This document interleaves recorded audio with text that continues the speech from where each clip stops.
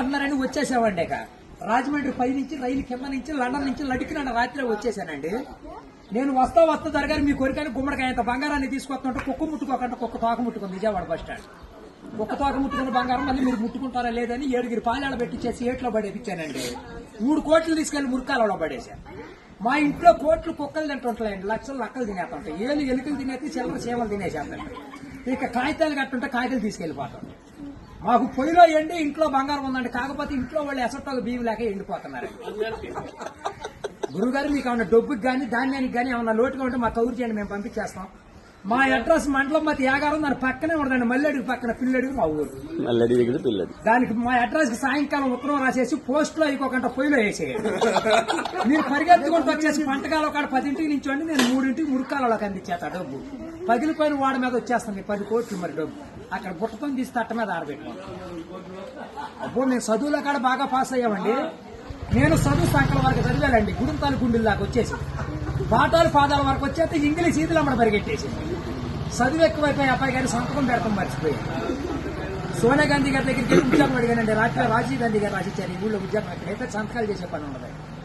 ఈ ఊళ్ళో ఉద్యోగం రాసాక ఒక పని దొరికిందండి. ఈ మధ్యన ముసలి అంతా ఉండకూడదని పొద్దున్న మా డిపార్ట్మెంట్కి ఆర్డర్ వచ్చింది. ముసలి ఉన్న కాడి నుంచి అత్తాకోడళ్ళు పోట్లాడుకుంటున్నారు. అత్తలు అడుగులో పడిపోతుంది, కోళ్ళు వచ్చి గొంతులో పడిపోతుంది, మంచం ఎక్కేస్తుంటే అల్లుడు అడుగు మీద కూర్చోండి.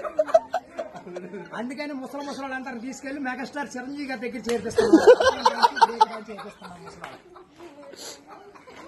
గురువు గారు ఆయనకి దసరా పండుగ రోజున మా ఊళ్ళో ఏప్రాల్ పందాలు వేపిస్తున్నాను. నాపరాల మీద ఏప్రాల్ పోట్లాడుకుంటే నాపరాలు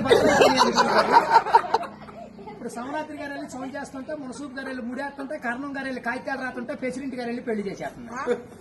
ఇప్పుడు ఆ పెళ్లి భోజనాలకు ఎక్కించుకురమ్మని మా ఇయ్యంకుల వారు ఊపిలేని విమానాన్ని పంపించారండి.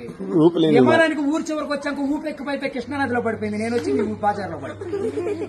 ఇవాళ సార్జీకి మీరు ఒక 500-600 ఇచ్చారంటే సార్జీ డబ్బులు పెట్టుకుని వెళ్ళి కాకినాడ వెళ్ళి కాఫీ తాగి అక్కడ మీ పేరు పేపర్లో వేసేస్తాను.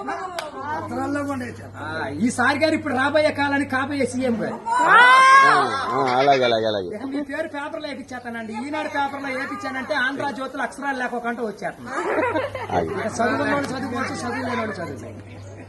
దొరగారు మన ఊరంతా ఖాళీగా ఉందని సాయంకాలం మన ఊరు కాలువలో కరువు మీటింగ్ పెట్టిస్తున్నాం. మీరంతా కాడ వచ్చేయండి. ఇప్పుడు కాలువలో కరువు మీటింగ్ పెట్టించి నూతులో టిక్కెట్లు ఇప్పించి ఏట్లో సినిమా చూపించి బుడమెట్లో చూపిస్తున్నా బురకట్ట. అక్కడ నీటి మీద తామరాకులేసి తామరాకుల మీద కుర్చీలేసి కుర్చీల మీద కూర్చోబెట్టించి మనిషికి 50,000 లోన్ ఇప్పించారు. 50,000 లోన్ దొరగారు ఇప్పుడు మాకు 7 అంతస్తుల మేడ, 25 పాడిగేదలు, 10 మంది పాలేళ్లు, 7 దున్నపోతులు ఉంటాయండి మా ఇంట్లో.